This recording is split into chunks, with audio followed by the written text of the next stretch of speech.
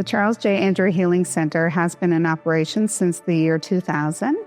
We initially opened in response to a crisis of gas sniffing and suicides among Innu youth in Labrador. It is named after my brother, Charles J. Andrew. And that one of the things that was really challenging at that time when people were first settled in the community was the amount of alcohol abuse. And Charlie certainly wasn't immune. The Charles J. Andrew Healing Center is grateful to partner with the Youth Substance Addiction Committee. This vital collaboration is a network of 10 treatment centers across Canada who provide addictions and mental health services to First Nations and or Inuit groups. It's a healing experience, and people talk about it even after they leave. They'll send pictures or they'll send a message and say, my family's doing really well. Thank you for your support. And so there's no greater feeling of feeling joy to see a family being reunited with their children. You know, at the end of the day, you're left feeling, that makes me proud. We see the reunification process and how it works. And so we want to catch kids being removed so that we can work with the communities and the communities can work with the families and say that we want to prevent this from happening. And one of the places that we still have kids in is in Roddington, and the organizations, Innu organizations, are now going to those places to connect with the kids and make sure the kids hear our language and hear the people and see the people and connect with the families, have the kids in care and bring the kids back home.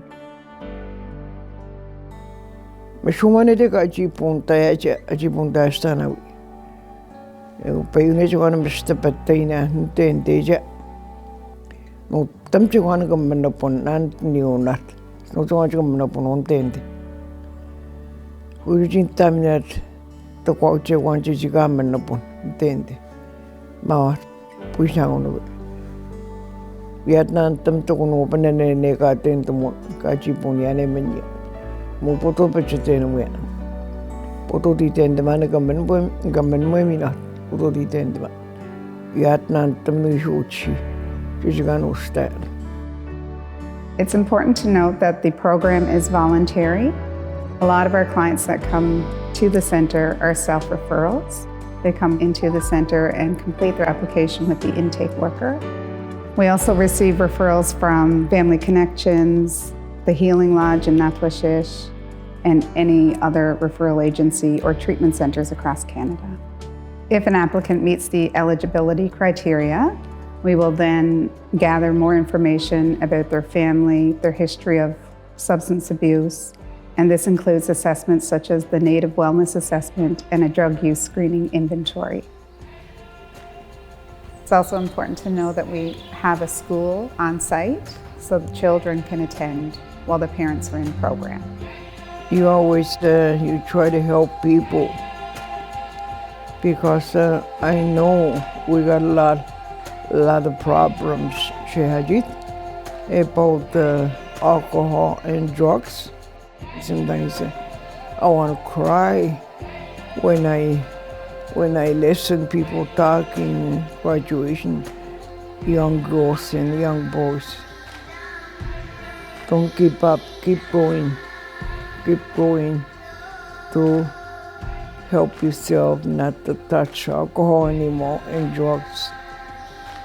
And I know workers is a big job, but still we want to help people.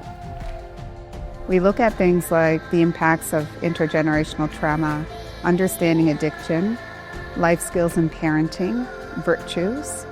Cultural interventions are really important. We also look at the development of coping strategies, grief and trauma support, harm reduction strategies, self-care and wellness practices. And to clue up the program, it concludes with transition planning and aftercare.